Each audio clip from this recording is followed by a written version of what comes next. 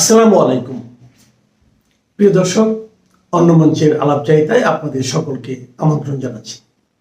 বাংলাদেশে যে রাজনীতির সার্কেল ঘুরে বেড়াচ্ছে, যে সার্কাস চলছে, এটা দেখে শুধু বাঙালি নয়, সারা পৃথিবীর বাংলাদেশের প্রতি যাদের কোনো না কোনোভাবে কানেকশন আছে, ব্যবসা আছে, বাণিজ্য আছে, আত্মীয় স্বজন আছে, অথবা কোনোভাবে কানেক্টেড আছে, তাদের সবাই কিন্তু শঙ্কিত, আতঙ্কগ্রস্ত। কারণ বাংলাদেশ ধীরে ধীরে একটি অন্ধকার গুহার দিকে রওনা দিয়েছে। আমরা জানি পৃথিবীর তাবৎ সভ্য মানুষ অন্ধকার থেকে ধীরে ধীরে আলোর দিকে ধাবিত হয়, কিন্তু এই একমাত্র জাতি প্রতিনিয়ত অন্ধকারের দিকে ধাবিত হচ্ছে। তরুণ এক প্রজন্ম যাদেরকে মাঠে ঘাটে হাটে স্বল্প শিক্ষিত, অশিক্ষিত এবং বলৎকারকারী পারভার্টেড ধর্মীয় মৌলবাদী গোষ্ঠী ব্রেন ওয়াশ করে তাদেরকে এমন একটা জায়গায় নিয়ে গেছে, তারা এখন ভদ্রতা বোঝে না, সভ্যতা বোঝে না, ধর্ম বোঝে না, জাতি বোঝে না, ইতিহাসও বোঝে না। তারা বোঝে ধ্বংস। তারা এখন পারলে নিজের হাত পা পর্যন্ত খেয়ে ফেলে। আপনারা দেখেছেন একাধিকবার তারা অটো প্রমোশন নিয়েছে, কারণ তারা পাশ করার যোগ্যতাও রাখে না। পিতামাতার বকে যাওয়া ছেলে সন্তানরাই আজ রাষ্ট্রের মালিকানায়। এরই মধ্যে আমরা দেখলাম যে বাংলাদেশে অনেক কিছুর ভেতর দিয়ে একটা সরকার আসলো, যে সরকার আমেরিকার প্রেসক্রিপশনের সরকার। কিন্তু এই সরকারটি ক্ষমতায় আসার আগে বর্তমান সরকারের যিনি প্রধান তারেক রহমান সাহেব, তিনি লন্ডনে থেকে দুইটি কানেকশনের সাথে যোগাযোগ করেছেন। একটি ভারতীয় কানেকশন, একটি আমেরিকান কানেকশন। আমেরিকান কানেকশনের জন্য আমেরিকার বরপুত্র মোহাম্মদ ইউনুস ছিলেন, যাকে এখন বাংলাদেশের মানুষ বাটপার ইউনুস, কিস্তি ইউনুস হিসেবে সবাই চিনে। যার লোক কিস্তি দিতে দেরি হলে মানুষের ঘরে টিন খুলে নিয়ে আসে, গরু নিয়ে আসে, 30 থেকে 35% সুদ যিনি এই গরিব মানুষের রক্ত চুষে আহরণ করেন, তিনি আমেরিকার প্রতিবেশী হিসাবে বাংলার মসনদে বসেছিলেন। সেই মসনদে বসা অবস্থায় ইউনুসের সাথে এই তারেক রহমানের একটি শলা পরামর্শ হয়েছে। সেই শলা পরামর্শে তিনি কনফার্ম করেছিলেন ইউনুসকে যে তিনি ক্ষমতায় যেতে পারলে তাকে বাংলাদেশের রাষ্ট্রপতির পদ দেবেন। খেয়াল করে দেখেন, তার মানে হচ্ছে বাংলাদেশের রাষ্ট্রপতি হবেন ডক্টর ইউনুস।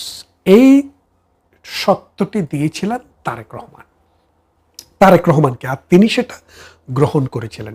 এবং অন্যদিকে তলে তলে তিনি আমেরিকার পরিবর্তে ভারতের সাথেও একটা নেগোসিয়েশন করেছিলেন। ভারতের সাথে নেগোসিয়েশনটা কেন করেছিলেন? এই কারণে যে বাংলাদেশের সমাজ, রাজনীতি, অর্থনীতি সব কিছুর সাথে ভারতের একটা সম্পর্ক জড়িত। কেন জড়িত? জড়িত এই কারণে যে ভারত আমাদের বৃহত্তম প্রতিবেশী। আমাদের চাল, ডাল, লবণ, তেল, চিনি, যেই কোনো কিছুই আমরা ভারত থেকে আমদানি করে থাকি। তাদেরকে ফেভার দেওয়ার জন্য আমদানি করি না, কারণ সেখান থেকে আনলে আমরা কম দামে আনতে পারি। এক। দ্বিতীয় বিষয়টি হলো, আমাদের এই যে বিদ্যুতের সমস্যা, সেটার জন্য ভারতকে দরকার। আমাদের 54টি নদী, সেই নদীগুলো সব ভারত থেকে এসছে, সেই জন্য আমরা ভারতের সাথে সম্পর্ক রাখতেই হয়। তাই তারেক রহমান ভারতকেও বলেছিলেন যে আমি ক্ষমতায় আসলেও আমি ডক্টর ইউনুসের ফর্মুলা ফলো করব না এবং ডক্টর ইউনুসকে ক্ষমতায় বসাবো না। দেখেন, একই সাথে তিনি দুইটা গেম খেললেন, মানে দুইটা কার্ড। একদিকে ইউনুসকে বোঝালেন, আরেকদিকে ভারতকে বোঝালেন।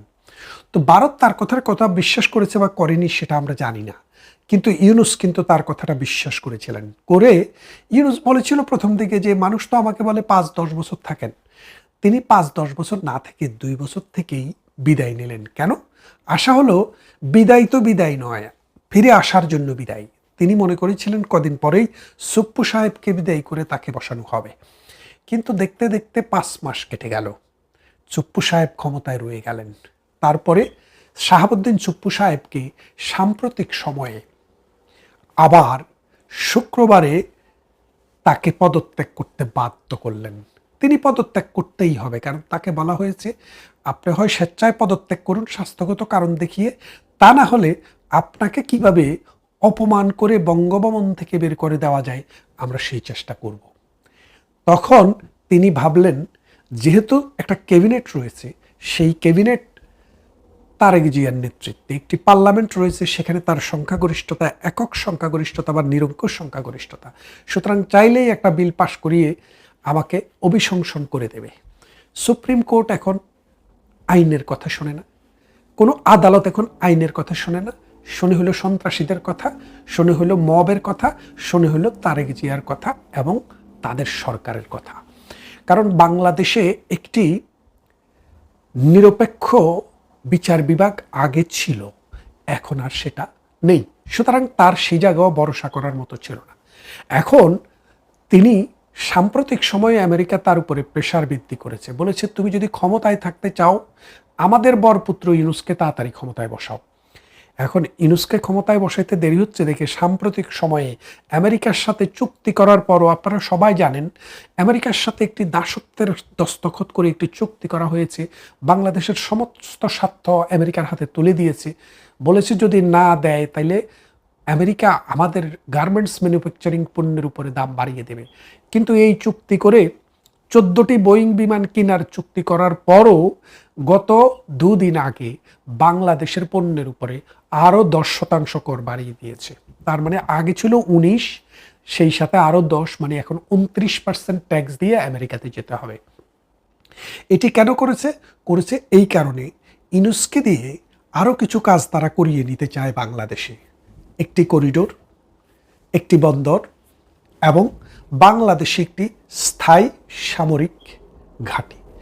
এটা করতে হলে একমাত্র ইউনূসের মতো রক্তচোষা শোষণখোর বাটপার ছাড়া কোনো বাঙালি করবে, এটা আমেরিকা বিশ্বাস করে না। আমেরিকা বিশ্বাস করে এই ইউনূসকে দিয়েই এটা করাতে হবে। সেই জন্য বাংলাদেশের উপরে, তারেকের উপরে চাপ সৃষ্টি করার জন্য আমেরিকা নানান কর্মকৌশল গ্রহণ করেছে এবং তারেক রহমান তার ক্ষমতা বাঁচানোর জন্যই এখন এই প্রেসিডেন্টকে বিদায় করে এখন তিনি ইউনূসকে এই মসনদে বসানোর পরিকল্পনা করেছেন। এবং গনি নামে আরেক লোক একসময় সচিব ছিলেন পাকিস্তানের আইএসআই এর দালাল, সেই আইএসআই এর দালালকে লিস্টে রেখেছেন। অথচ আমরা অনেকদিন মির্জা ফখরুলের নাম শুনছি, মোশাররফ হোসেনের নাম শুনছি, মঈন খানের নাম শুনছি, নজরুল ইসলাম খানের নাম শুনছি, কিন্তু কোনো খান, কোনো হোসেন, কোনো ফখরুল ইসলাম, এগুলো দিয়ে এখন মনে হচ্ছে আর কাজ হচ্ছে না। এখন এই ডক্টর ইউনূসকে এনে এই বাংলার সিংহাসনটিকে কলঙ্কিত করার জন্য, বাংলাদেশটিকে এই আমেরিকান বেনিয়াদের হাতে তুলে দেওয়ার জন্যে একটি নীল নকশা প্রস্তুত হয়ে গেছে।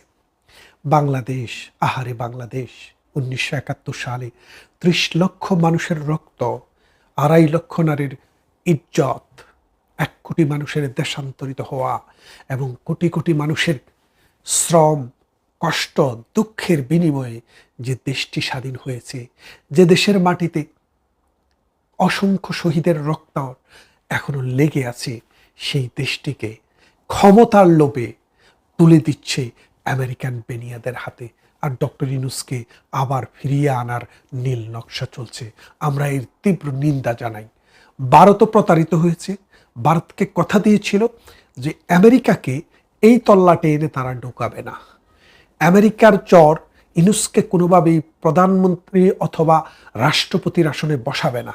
ভারতকে কিন্তু তারেক রহমান এই রকম একটি সিউরিটি দিয়েছিলেন, কিন্তু তিনি সেখান থেকে এখন ভাবছেন ভারতের চাইতে আমেরিকা হয়তো শক্তিশালী, সুতরাং ভারতের কথা পরে আমেরিকান বাবাকে আগে শান্ত করি। এই রকম অবস্থায় বাংলাদেশ এখন আর আগামী প্রজন্মের জন্য অথবা বর্তমান প্রজন্মের জন্য অথবা যারা বয়োবৃদ্ধ আছেন তাদের জন্য কোনো সভ্য মানুষের দেশ হিসেবে বেঁচে থাকার জন্য সুষ্ঠু কোনো রাষ্ট্র নয়। এই রাষ্ট্রটির যিনি প্রফেসর, তিনিও দালালি করবেন। কার দালালি? হয় আমেরিকার দালালি, নাহলে মৌলবাদীদের দালালি, না হয় তারেক রহমানের দালালি। যিনি স্কুলের মাস্টার রয়েছেন তিনিও দালালি করবেন, যিনি সচিব রয়েছেন তিনিও দালালি করবেন। মাথা উঁচু করে জ্ঞান বুদ্ধি দিয়ে রাষ্ট্রের কাজ করবেন, তিনি যেখানে আছেন সেখানের কাজ করবেন, এটা এখন আর হবে না। বাংলাদেশ যে অন্ধকার টানেলের দিকে মুখ করেছে, এই টানেল আর বাংলাদেশের পক্ষে আগামী 1 দশকেও ভাঙা সম্ভব হবে না। এই 1 দশকের ভিতরে বাংলাদেশে দুর্ভিক্ষ হবে, ক্ষুধায় মানুষ মরবে, যুদ্ধ হবে, গৃহযুদ্ধ হবে, মানুষে মানুষে হানাহানি হবে, মৌলবাদীদের দাপটে বাংলার নারীরা বিপর্যস্ত হবে, বলৎকার দিন দিন যে হারে বাড়ছে, মাদ্রাসা মুক্তব এই মসজিদগুলোতে বলৎকারের উৎসব চলতেই থাকবে। এবং বাঙালি যে মন্ত্র নিয়ে, যে দীক্ষা নিয়ে, যে শিক্ষা নিয়ে, যে আদর্শ নিয়ে একটি স্বাধীন অসাম্প্রদায়িক রাষ্ট্র করতে চেষ্টা করেছিল, সেই অসাম্প্রদায়িক চেতনা বুলুণ্ঠিত হবে। এবং বাংলাদেশের যে সাংস্কৃতিক ধারাবাহিকতা, আমাদের ইতিহাস, আমাদের ঐতিহ্য প্রতিনিয়ত বুলুণ্ঠিত হচ্ছে। আসুন জেগে উঠুন। আমাদের পূর্বপুরুষের ঋণ, মুক্তিযোদ্ধাদের ঋণ, অসাম্প্রদায়িক চেতনাকে ধারণ করে আমরা এই দেশটিকে উদ্ধার করি এবং অসাম্প্রদায়িক চেতনার মানুষদেরকে এই দেশে শক্তিশালী করি। তা না হলে এটি একটি বিক্ষিপ্ত জনপদ, রক্তাক্ত জনপদ, মৌলবাদী জনপদ, Afghanistan, Somalia, Iraq, Syria, Lebanon এবং ইয়েমেনের মতো একটি গৃহযুদ্ধের দিকে চলে যাবে।